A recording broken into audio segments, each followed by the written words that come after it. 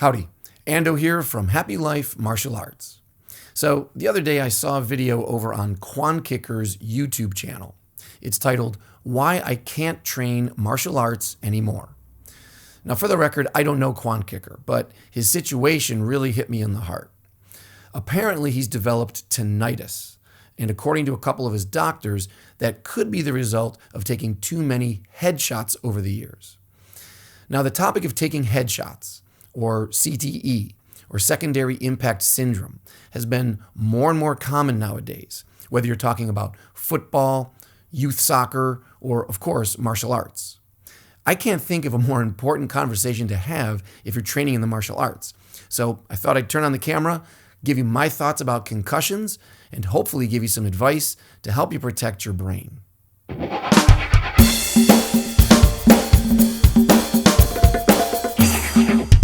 Okay, I've already talked about injuries in a couple of different videos. As a matter of fact, one of the very first articles I wrote on my website was titled, Stop Practicing Martial Arts. I wrote that article because I knew 3 people who all quit martial arts the same year. Why? They were all in their 50s. Their bodies had just broken down. They couldn't take it anymore. How tragic is that? That's not the way martial arts is supposed to work. You take martial arts to make your life better, to make yourself stronger, to protect yourself from harm. But think about how crazy this is. Most people training in the martial arts are going to hurt themselves far more on the mats than they're going to get hurt on the streets. But forget about wrecking your knees, your shoulders, or your back right now. Let's focus on the worst possible injury: brain damage. I don't know about you, but I'd rather walk with a cane than lose my brain. Depression, dementia, suicidal thoughts. Brain injuries and brain disease scare the hell out of me, and they should scare the hell out of you too. The problem is, I didn't always worry about brain injuries.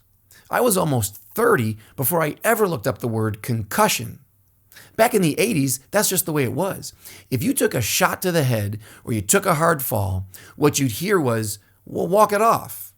Get back on the horse. Hey, no pain, no gain.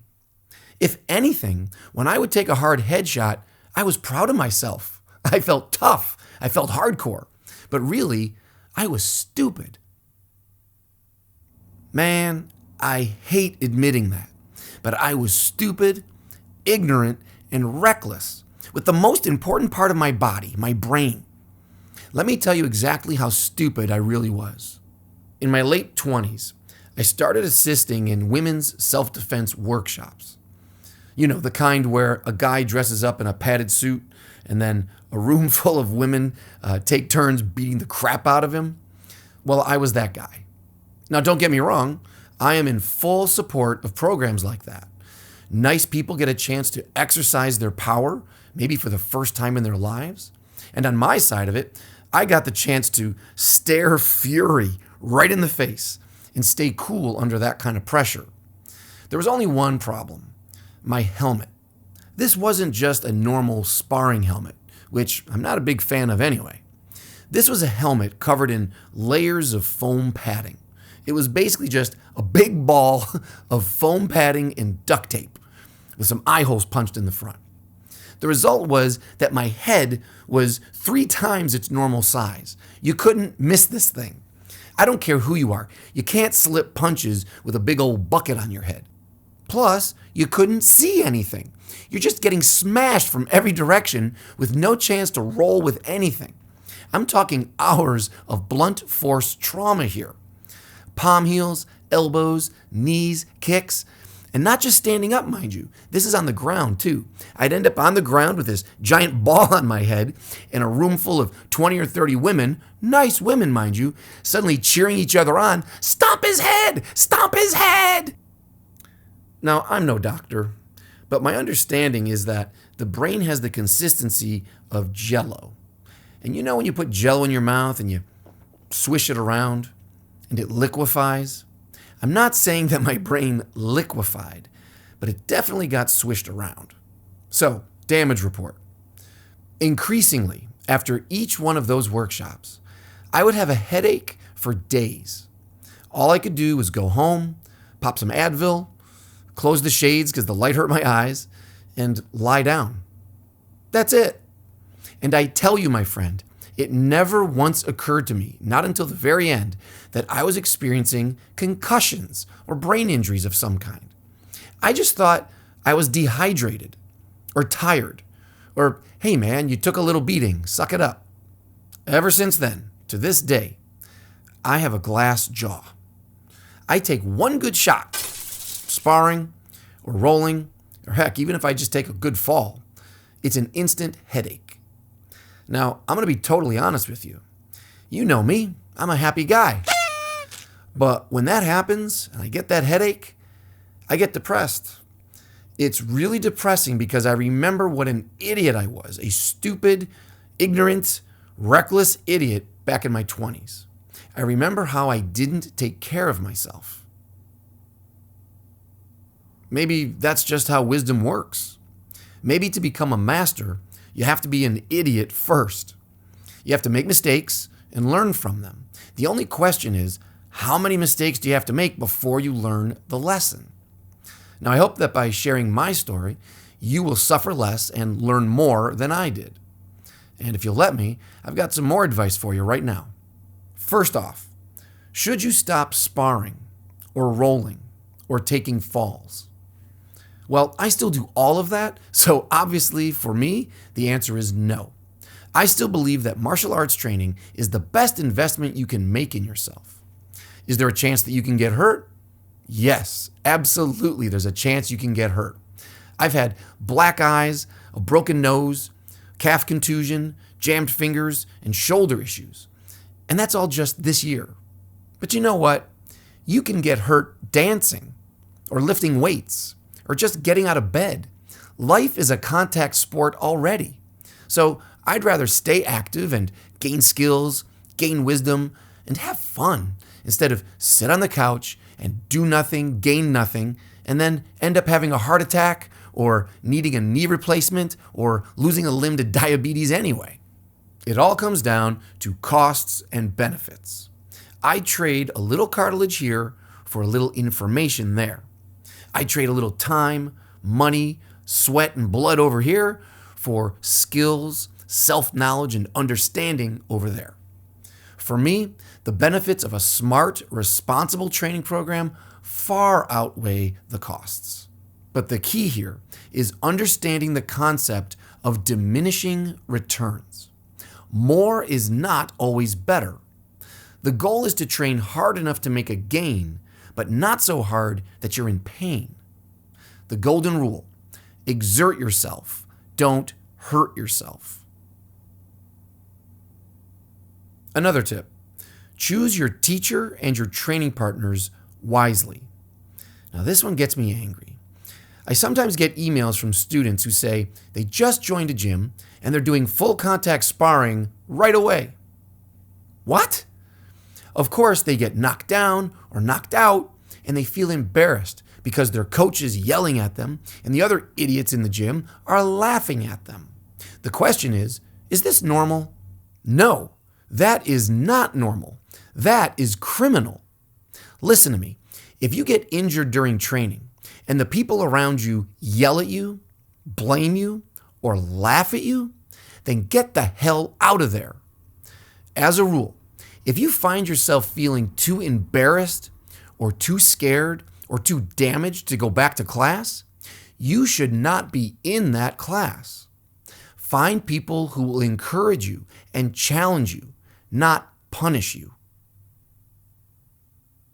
Another tip about teachers. Look, your teacher may be a great person. They may be very skilled at martial arts. They may love you like a son or daughter. But the odds are they're not a medical doctor. So that means if you have an injury during class and your teacher says, "Yeah, I think that's okay, keep going," that doesn't mean that you're okay and that you should keep going. Listen to your body or check with a doctor. Now, I'm going to warn you. When you check with your doctor, the doctor may tell you, "Hey, stop practicing martial arts." But that's probably because he or she is not a martial artist. So my advice: don't take martial arts advice from doctors and don't take medical advice from martial artists. Next tip, give yourself time to heal. I know I just said you shouldn't take medical advice from martial artists, but this is common sense. It wasn't in the 80s, but it is today. Look, if you take a really hard shot to the head during training, that's it. You're done for the day. Remember, you're in a gym or a dojo. You're not on the street fighting for your life. You don't have to keep going. The odds are you're also not fighting for a $500,000 prize so you can buy your mom a heart on the black market. If you want to jump back in there after jacking up your elbow or your knee, okay, I wouldn't, but maybe your muscles and your bones can heal up later. But your brain? Nope. There's nothing that anyone can do to fix your brain. So if you get rocked, don't try to walk it off. Don't get back on that horse. Take off your gear, relax, and figure out if you need to see a doctor. By the way, you should know that brain injuries don't always show up right away. They add up over time. That's actually true for lots of different injuries all over the body. Wear and tear is a silent killer. So, focus on long-term success, not short-term success. That means giving your body time to recover from hard workouts and heal from injuries. Your goal shouldn't just be to dominate the dojo in your 20s. It should be to dominate the dojo in your 70s, your 80s, and beyond. Another tip, don't think that taking hits makes you hardcore. It doesn't. It makes you stupid. I hear people say things like, oh, I like getting hit. Or they say, I can't even get fired up until I've taken a few hits. Really? Wow. I say if you think like that, you've taken too many hits already. Look, I get it. Standing toe-to-toe with someone, hands down, talking trash. Come on, sweetie pie. It's pretty badass. But let me tell you what's not so badass. Sitting in a wheelchair, wearing a name tag and a blanket over your shoulders, while a nurse feeds you applesauce. Not so badass. Show your body and your brain some respect. Don't take hits if you don't have to. Last tip. No matter what martial art you study, protect your head. That should be your number one priority, even if your school doesn't allow full contact shots to the head, even if your school doesn't allow striking. Still, protect your head. Look, anytime you're in motion, particularly with another person, there's a chance that you're going to take a shot to the head. Believe it or not, I've taken shots during grappling to the head that were just as hard as any shot I've ever taken on my feet. So, keep your guard up at all times. Hide your head. Chin down, jaw closed, and at least one hand up at all times. Don't make it easy for anyone to hit, grab, or slam your head. All right, let's wrap this up. I don't want to scare you off from training in the martial arts. Quite the opposite. I want you to train for your entire life. I don't want you to quit in your 50s because your body is broken, or you always feel depressed, or you can't remember who you are because you didn't take care of your brain. Remember this. The greatest enemy to your health and your safety isn't someone out there. Usually, it's you, your ego, your ignorance, your bad habits. So train smart. Protect your body, protect your heart, and protect your brain. If you like what I'm saying here, thanks for giving this video a thumbs up and subscribing to the channel. Until next time, watch your head and keep fighting for a happy life.